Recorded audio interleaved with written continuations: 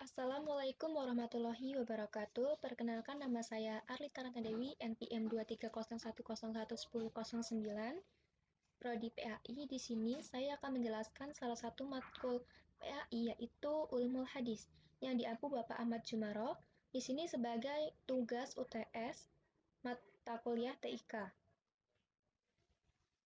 Hadis ditinjau dari segi kualitas, hadis sahih dan hadis hasan. Yang pertama, hadis sahih. Kata sahih menurut Lughat adalah lawan dari sakim, artinya sehat lawan dari sakit. Hak lawan batil, menurut ahli hadis, hadis sahih adalah hadis yang sanadnya bersambung. Dikutip oleh orang yang adil lagi cermat dari orang yang sama, sampai berakhir ada Rasulullah SAW, atau sahabat atau tabi'in, bukan hadis syadz atau kontroversi, dan terkena ilat yang menyebabkan cacat dalam penerimaannya. Kata sahih menurut bahasa dari kata sana, yasihu, suhan, wasihatan, wasahanan, yang menurut bahasa berarti yang sehat, yang selamat, yang benar, yang sah, dan yang benar. Para ulama biasa menyebut kata sahih itu sebagai lawan kata dari kata sakim atau sakit. Maka hadis sahih menurut bahasa berarti hadis yang sah, hadis yang sehat, atau hadis yang selamat. Contoh hadis sahih yaitu yang artinya telah menceritakan kepada kami Abdullah bin Yusuf, dia berkata, telah memberitakan kepada kami Malik dari Ibnu Shihab, dari Muhammad bin Jubair bin Mat'ami, dari ayahnya dia berkata, saya pernah mendengar Rasulullah SAW membaca dalam doa maghrib surat At-Tur, dijelaskan oleh Bukhari, kitab Azan. Syarat hadis sahih dari segi sanad maupun matan ada dua, yang pertama mengenai sanad, yang kedua mengenai matan. Mengenai sanad, semua rawi orang yang meriwayatkan dalam sanad haruslah bersifat adil. Yang kedua, semua rawi dalam sanad haruslah bersifat dobit. Yang ketiga, sanadnya bersambung. Yang keempat, tidak rancu. Yang kelima, terhindar dari ilat atau cacat.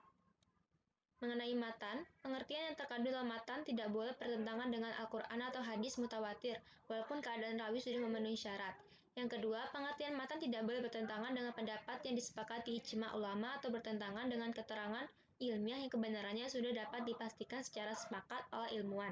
Yang ketiga, tidak ada kejanggalan lainnya jika dibandingkan dengan matan hadis yang lebih tinggi tingkatan dan kedudukannya. Macam-macam hadis sahih.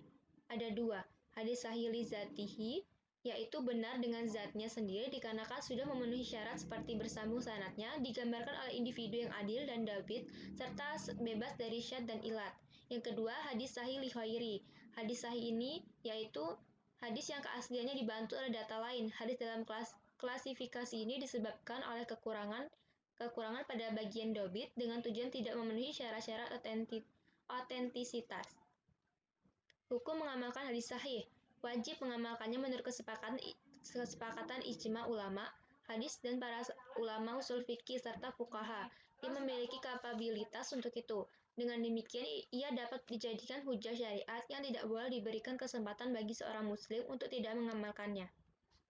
Tingkatan kesahihan yang pertama, tingkatan yang paling tinggi adalah bila diriwayatkan dengan sanad yang paling sahih, seperti Malik dari Nafi dari Ibnu Umar. Yang kedua yang di bawah itu tingkatannya, yaitu bila diriwayatkan oleh jalur rijai atau rentetan para periwayat yang kapasitasnya di bawah kapasitas rijai. Pada sanad pertama di atas seperti riwayat Hamad bin Salamah bin Sabit dari Anas. Yang ketiga yang di bawah itu lagi tingkatannya, yaitu bila mana diriwayatkan oleh periwayat-periwayat yang terbukti dinyatakan sebagai periwayat-periwayat yang paling rendah julukan sikah kepada mereka, atau tingkatan sikah paling rendah, seperti riwayat Suhail bin Abi Salih dari ayahnya dari Abu Hurairah. Ada juga rincian di atas dikaitkan dengan pembagian hadis sahih kepada 7 tingkatan. Hadis hasan.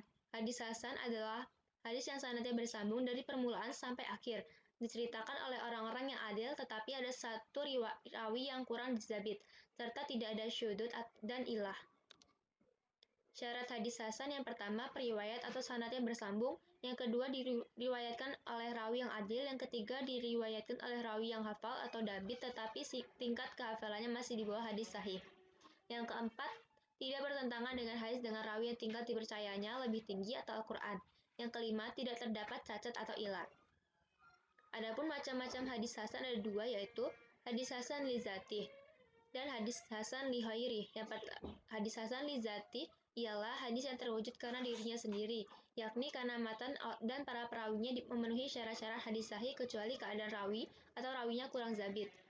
Hadis Hasan li ghairi ialah hadis yang menjadi hasan karena dibantu dari jalan lain. Hadis ini berada di bawah hadis Hasan li zati karena ada hadis lain yang menguatkan, atau hadis Hasan li ghairi ialah hadis dhaif yang dikuatkan oleh hadis lain yang menjadi hasan.